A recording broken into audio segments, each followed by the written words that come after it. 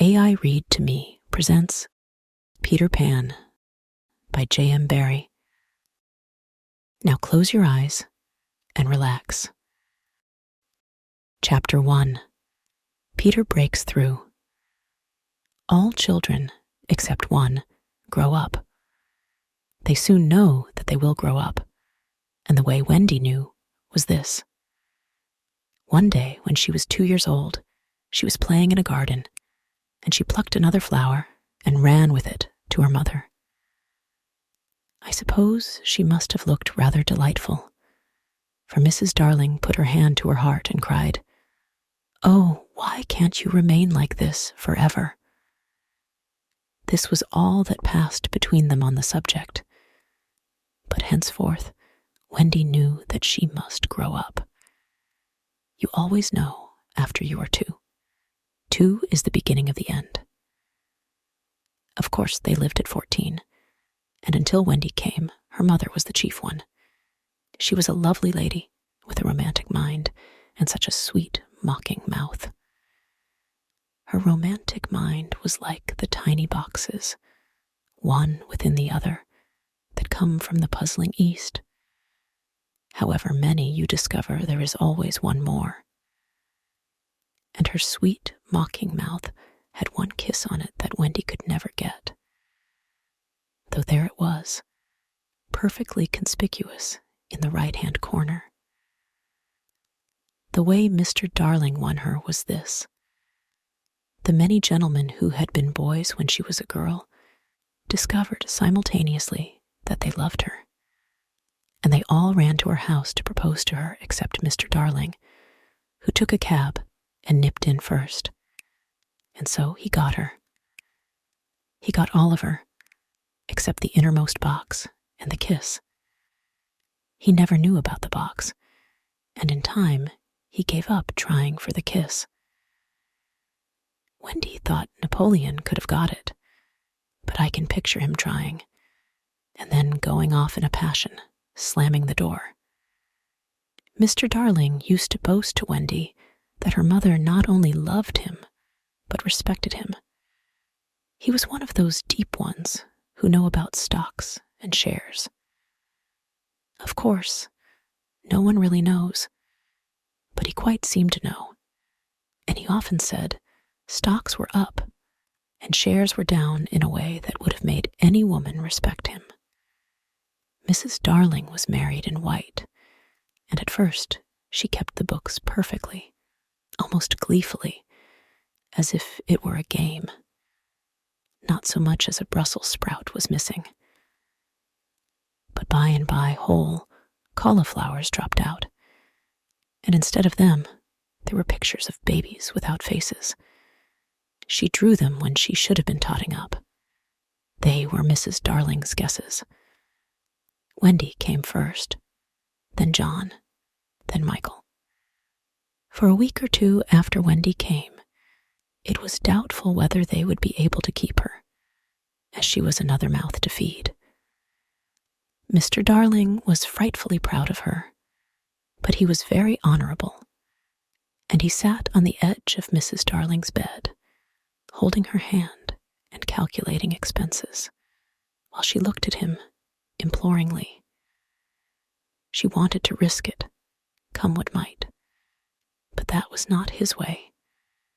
His way was with a pencil and a piece of paper, and if she confused him with suggestions, he had to begin at the beginning again. "Now don't interrupt," he would beg of her. "I have £1.17 here, and 2 6 at the office. I can cut off my coffee at the office, say 10 shillings, making 2 9 6, with your 18 3, makes 397. With 5 naught in my checkbook, makes 897. Who is that moving? 897, dot, and carry 7, don't speak, my own. And the £1 you lent to that man who came to the door. Quiet, child, dot, and carry child. There, you've done it.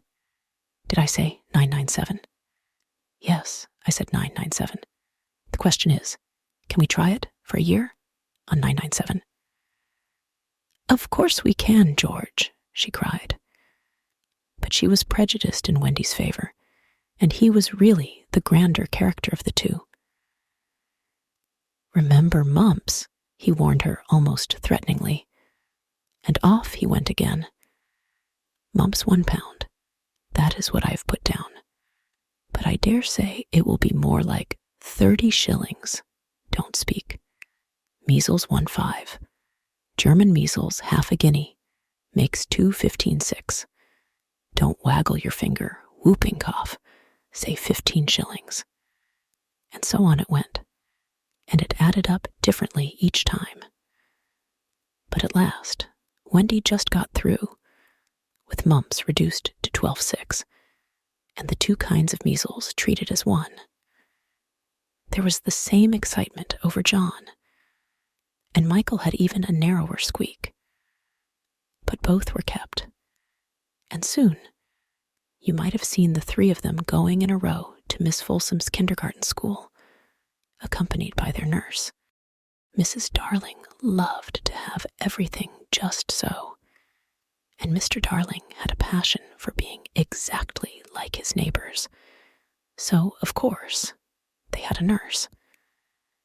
As they were poor, owing to the amount of milk the children drank, this nurse was a prim Newfoundland dog called Nana, who had belonged to no one in particular until the Darlings engaged her. She had always thought children important, however, and the Darlings had become acquainted with her in Kensington Gardens, where she spent most of her spare time peeping into perambulators, and was much hated by careless nursemaids, whom she followed to their homes and complained of to their mistresses. She proved to be quite a treasure of a nurse.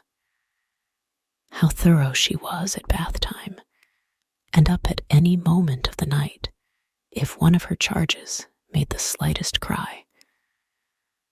Of course, her kennel was in the nursery. She had a genius for knowing when a cough is a thing to have no patience with, and when it needs stocking around your throat. She believed to her last day in old-fashioned remedies like rhubarb leaf, and made sounds of contempt over all this newfangled talk about germs and so on. It was a lesson in propriety to see her escorting the children to school, walking sedately by their side when they were well behaved, and butting them back into line if they strayed. On John's footer days, she never once forgot his sweater, and she usually carried an umbrella in her mouth in case of rain. There is a room in the basement of Miss Folsom's school where the nurses wait. They sat on forms while Nana lay on the floor, but that was the only difference. They affected to ignore her as of an inferior social status to themselves, and she despised their light talk. She resented visits to the nursery from Mrs. Darling's friends, but if they did come, she first whipped off Michael's pinafore and put him into the one with blue braiding, and smoothed out Wendy and made a dash at John's hair. No nursery could possibly have been conducted more correctly, and Mr. Darling knew it. Yet he sometimes wondered uneasily whether the neighbors talked. He had his position in the city to consider. Nana also troubled him in another way. He had sometimes a feeling that she did not admire him. "I know she admires you tremendously, George," Mrs. Darling would assure him. And then she would sign to the children to be specially nice to father. Lovely dances followed, in which the only other servant, Liza, was sometimes allowed to join. Such a midget she looked in her long skirt and maid's cap, though she had sworn, when engaged, that she would never see 10 again. The gaiety of those romps, And gayest of all was Mrs. Darling, who would pirouette so wildly that all you could see of her was the kiss. And then, if you had dashed at her, you might have got it. There never was a simpler, happier family until the coming of Peter Pan. Mrs. Darling first heard of Peter when she was tidying up her children's minds. It is the nightly custom of every good mother, after her children are asleep, to rummage in their minds and put things straight for next morning, repacking into their proper places the many articles that have wandered during the day. If you could keep awake, but of course you can't, you would see your own mother doing this, and you would find it very interesting to watch her. It is quite like tidying up drawers. You would see her on her knees, I expect, lingering humorously over some of your contents, wondering where on earth you had picked this thing up, making discoveries sweet and not so sweet, pressing this to her cheek as if it were as nice as a kitten, and hurriedly stowing that out of sight.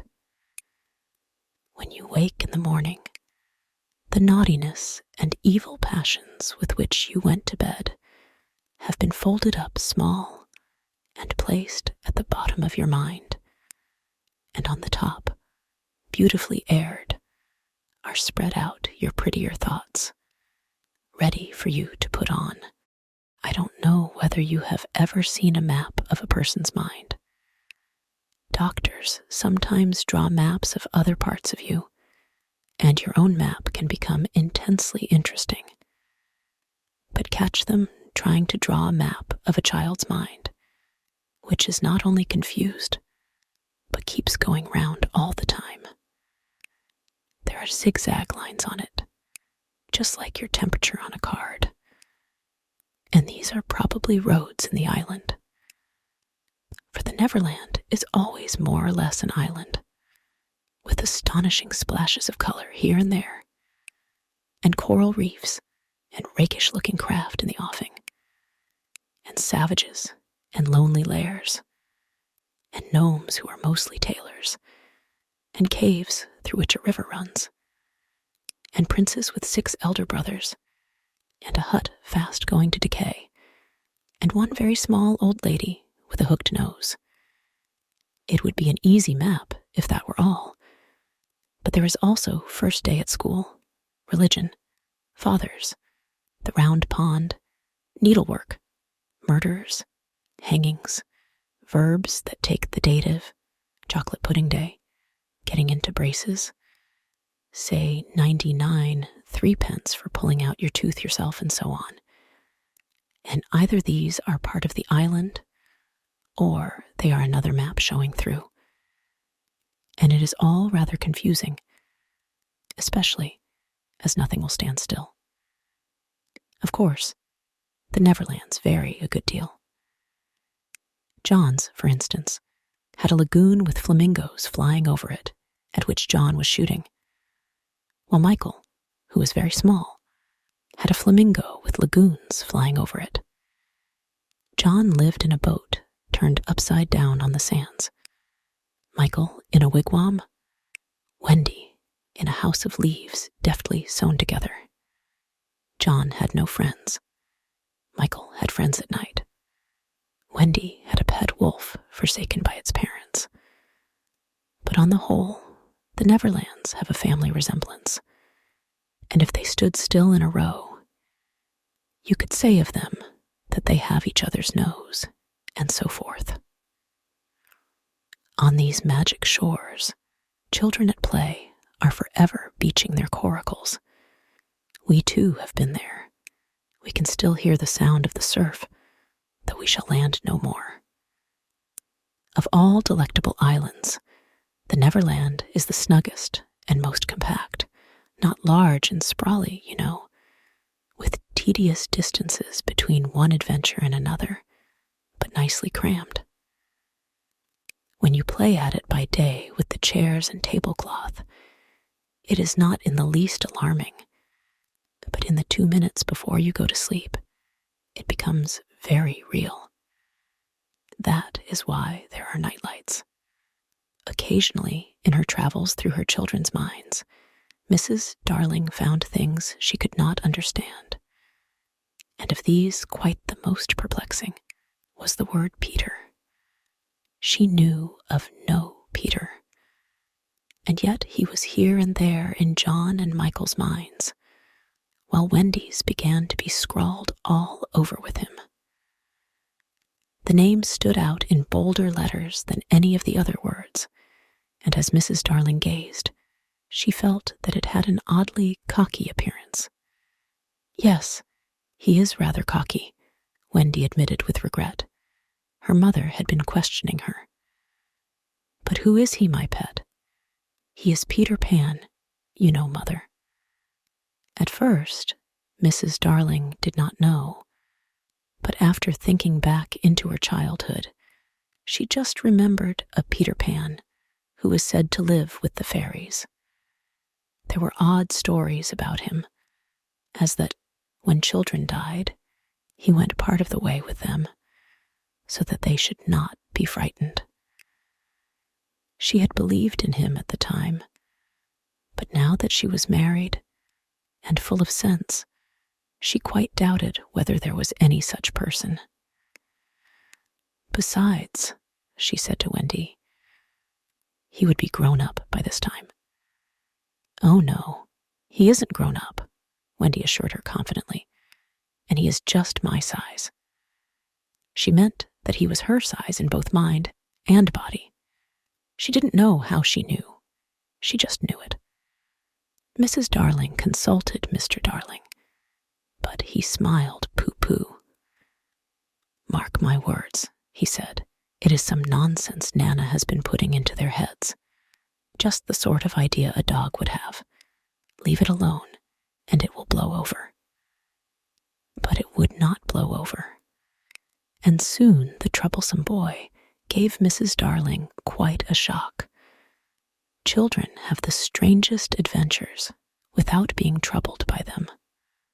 For instance, they may remember to mention, a week after the event happened, that when they were in the wood, they had met their dead father and had a game with him. It was in this casual way that Wendy one morning made a disquieting revelation. Some leaves of a tree had been found on the nursery floor, which certainly were not there when the children went to bed, and Mrs. Darling was puzzling over them when Wendy said with a tolerant smile, I do believe it is that Peter again. Whatever do you mean, Wendy? It is so naughty of him not to wipe his feet, Wendy said, sighing. She was a tidy child. She explained in quite a matter-of-fact way that she thought Peter sometimes came to the nursery in the night and sat on the foot of her bed and played on his pipes to her. Unfortunately, she never woke, so she didn't know how she knew. She just knew. What nonsense you talk, precious. No one can get into the house without knocking. I think he comes in by the window, she said. My love, it is 3 floors up. Were not the leaves at the foot of the window, Mother? It was quite true. The leaves had been found very near the window. Mrs. Darling did not know what to think, for it all seemed so natural to Wendy that you could not dismiss it by saying she had been dreaming. My child, the mother cried, why did you not tell me of this before? I forgot, said Wendy lightly. She was in a hurry to get her breakfast. Oh, surely she must have been dreaming. But on the other hand, there were the leaves. Mrs. Darling examined them very carefully. They were skeleton leaves, but she was sure they did not come from any tree that grew in England. She crawled about the floor, peering at it with a candle for marks of a strange foot. She rattled the poker up the chimney and tapped the walls. She let down a tape from the window to the pavement, and it was a sheer drop of 30 feet, without so much as a spout to climb up by. Certainly Wendy had been dreaming. But Wendy had not been dreaming, as the very next night showed, the night on which the extraordinary adventures of these children may be said to have begun. On the night we speak of, all the children were once more in bed. It happened to be Nana's evening off, and Mrs. Darling had bathed them and sung to them till one by one they had let go her hand and slid away into the land of sleep. All were looking so safe and cozy that she smiled at her fears now and sat down tranquilly by the fire to sew. It was something for Michael, who on his birthday was getting into shirts. The fire was warm, however, and the nursery dimly lit by 3 night lights, and presently the sewing lay on Mrs. Darling's lap. Then her head nodded. Oh, so gracefully. She was asleep. Look at the 4 of them, Wendy and Michael over there, John here, and Mrs. Darling by the fire. There should have been a 4th nightlight. While she slept, she had a dream. She dreamt that the Neverland had come too near, and that a strange boy had broken through from it. He did not alarm her, for she thought she had seen him before in the faces of many women who have no children. Perhaps he is to be found in the faces of some mothers also. But in her dream, he had rent the film that obscures the Neverland, and she saw Wendy and John and Michael peeping through the gap. The dream by itself would have been a trifle, but while she was dreaming, the window of the nursery blew open, and a boy did drop on the floor. He was accompanied by a strange light, no bigger than your fist, which darted about the room like a living thing, and I think it must have been this light that wakened Mrs. Darling. She started up with a cry and saw the boy, and somehow she knew at once that he was Peter Pan. If you or I or Wendy had been there, we should have seen that he was very like Mrs. Darling's kiss. He was a lovely boy, clad in skeleton leaves and the juices that ooze out of trees, but the most entrancing thing about him was that he had all his first teeth. When he saw she was a grown-up, he gnashed the little pearls at her. This concludes this reading of Peter Pan by J.M. Barrie. If you enjoyed it, please like and subscribe. To listen ad-free, visit aireadtome.com or use the link in the description. Thank you for your support.